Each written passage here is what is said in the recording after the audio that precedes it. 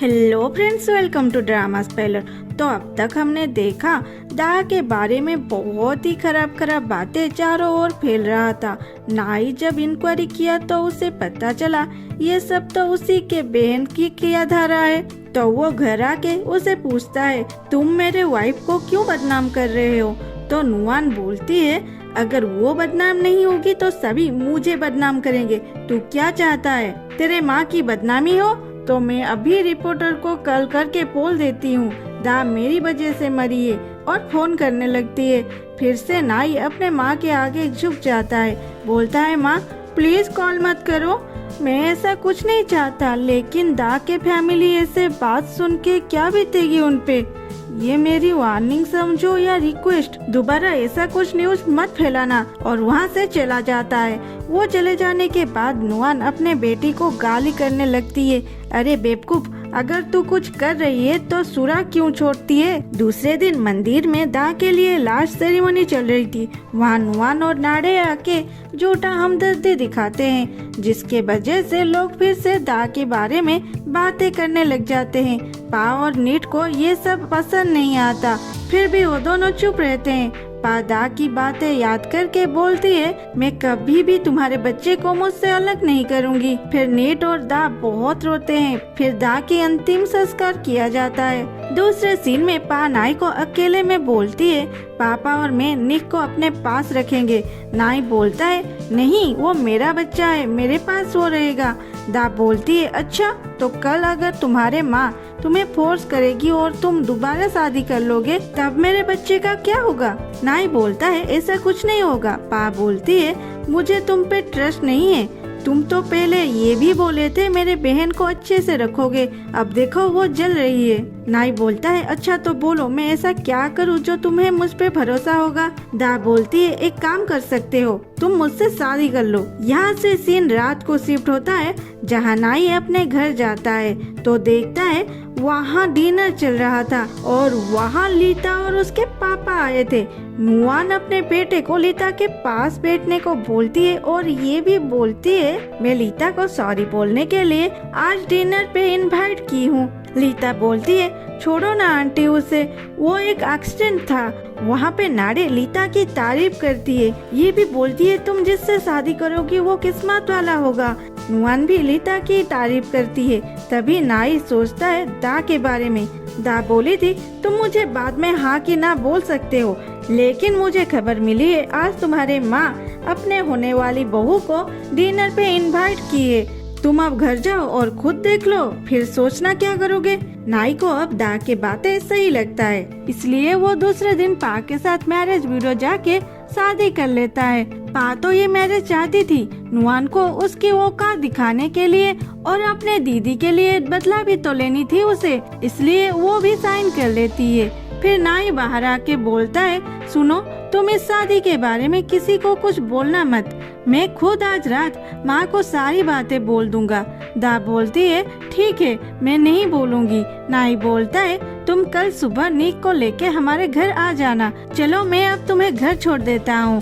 पा बोलती है, नहीं, तुम ऑफिस जाओगे शायद, तुम जाओ, मुझे थोड़ा काम है। नाई बोलता है, तो ठीक है, कल मिलते हैं। फिर वहाँ से चला जाता है। नाई के जाने के बाद तुरंत ही पा नुआन के घर कॉल करती है। नाड़े बोलती है, अब क्या काम है तुम्हें? फिर पा उसे कुछ ऐसा बोलती है, वो सीधा जाके अपने माँ को बोलती है, माँ, पा तुम्हें सॉरी बोलना चाहती है, वो खुद आने वाली है आज। नुआन बोलती है, क्या सच में? लेकिन दाल में कुछ काला है, वो ऐसा क्यों करेगी?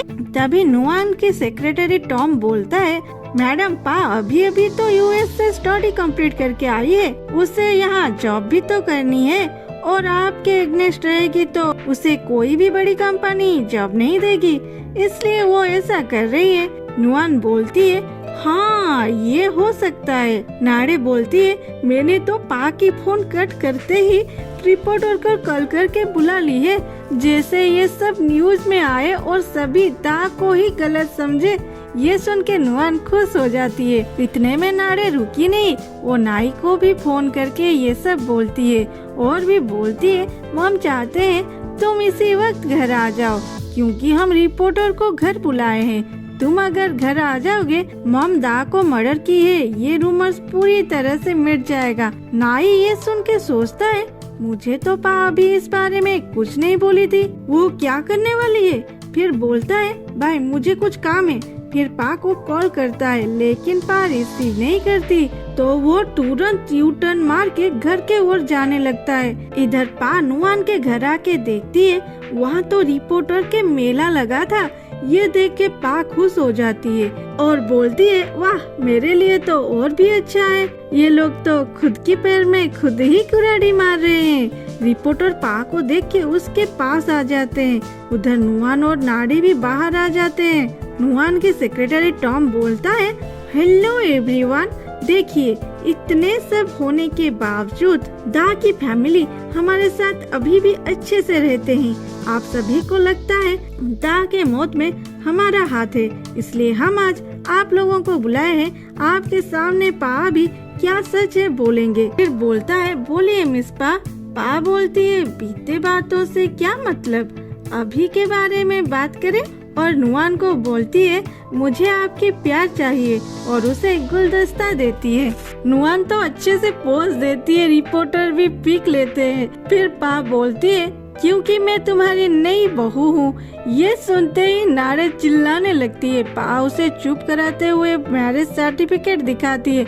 नुआन तो सर्टिफिकेट देखकर टेंशन में आ जाती है। फिर पा बोलती है, आज सुबह ही मैं और नाई कोर्ट मैरिज किए हैं, और नाड़ी तुम्हें तो थैंक यू, तुम तो मेरे लिए रिपोर्टर भी बुलाए हो। अब पूरा सिटी जान जाएगा मैं इस घर की न्यू बहू हूँ। अरे हाँ, ये न्यूज़ तो मैडम अपने बहू के कातिल है से भी ज्यादा वायरल होगा। ये सुनते ही नाड़े चिल्लाने लगती है, तू होती कौन है मेरी माँ को कातिल बोलने वाली, और मेरे भैया तुझसे कभी भी शादी नहीं कर सकते, निकल यहाँ से निकल, बोल के पा को धक्का देते हुए वहाँ से निकालती है। तभी नाई आके नाड़े को रोकता है। नाड़े बोलती है, अच्छा हुआ नाई तुम यहाँ आ गए, अब सभी को बोल दो ये मैरिज सर्टिफिकेट झूठ है। नाई गुस्से से पा को देखते हुए बोलता है, पा और मैं सच में मैरिज किए हैं। अब सभी के हालत देखने लायक था। फिर नाई पा को वहाँ से लेके चला जाता है, और नुआन रिपोर्टर को धमकाते हुए बोलती है, ये हमारी फैमिली मैटर है, हमारे घर में रहना चाहिए। अगर ये सारी न्यूज लीक हुआ, मैं किसी को भी नहीं छोड़ूंगी, और वहाँ से चली जाती है। दूसरे तरफ नाई पा को पूछता है, तुमने ऐसा क्यों किया। पा बोलती है, मैंने तो सब कुछ तुम्हारे लिए इजी कर दी, अब तुम्हें बोलने में कोई प्रॉब्लम नहीं होगा। नाई बोलता है, मुझे पता है तुम मेरे माँ से नफरत करते हो, इसीलिए तो मैं शादी के लिए हाँ बोला था।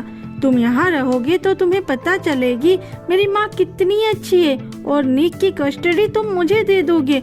लेकिन तुम तो, पा बोलती है, तो ठीक है ना, मुझे सिर्फ 6 मंथ दो। अगर मैं उस पे प्रूव कर दी तुम्हारे माँ और बहन घटिया लोग हैं, तो तुम मुझे निक की फुल कस्टडी दे दोगे। अगर नहीं कर पाई तो मैं तुम्हारे माँ से माफी मांगूंगी।